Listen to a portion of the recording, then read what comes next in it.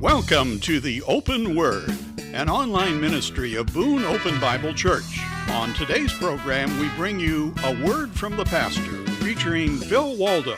And now, here's Phil. Hey everybody, Pastor Phil here.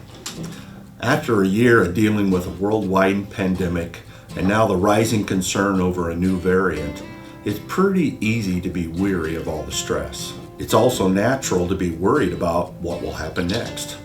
So how do we deal with this? Well, it just so happens the Bible has a story that deals with these issues. In 1 Kings 18, Elijah had a great victory when he challenged the prophets of Baal to a contest to prove whose God was real. The Lord came through spectacularly by sending down fire from heaven to burn up a sacrifice that had been drenched in water. In fact, it was so incredible that the fire burned up the sacrifice, the wood, the stones, and even the water in the surrounding trench. It was a marvelous moment. But not long after that, the queen threatened Elijah's life, and he went on the run. Her threat worried him, and his getaway made him weary. His story speaks into our lives today. First, let's note that his exhausting, troubling situation came right after a great spiritual victory. And that's the nature of the enemy. Very often, when we have a fantastic God moment, the enemy will try to discourage us. It's something for which we should be ready. In Elijah's case, he wasn't quite ready and he was feeling overwhelmed. But he went to where he knew God was, Mount Horeb.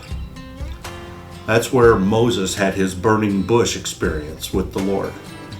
And Elijah knew that. So he made the effort, and it took him 40 days to get to this place to meet with God. Then it was in that quiet place that he actually heard from the Lord and was encouraged. When you are worried and weary, you need to get quiet and meet with God. Like Elijah, if you can make the effort to be quiet and listen, you can hear God speak into your situation. Once Elijah was in the right place, God spoke to him and gave him a solution. The Lord reassured him that he wasn't alone, and he gave him instructions on how to proceed from there. And God can do the same for you. When you're worried and weary, meet God on the mountain.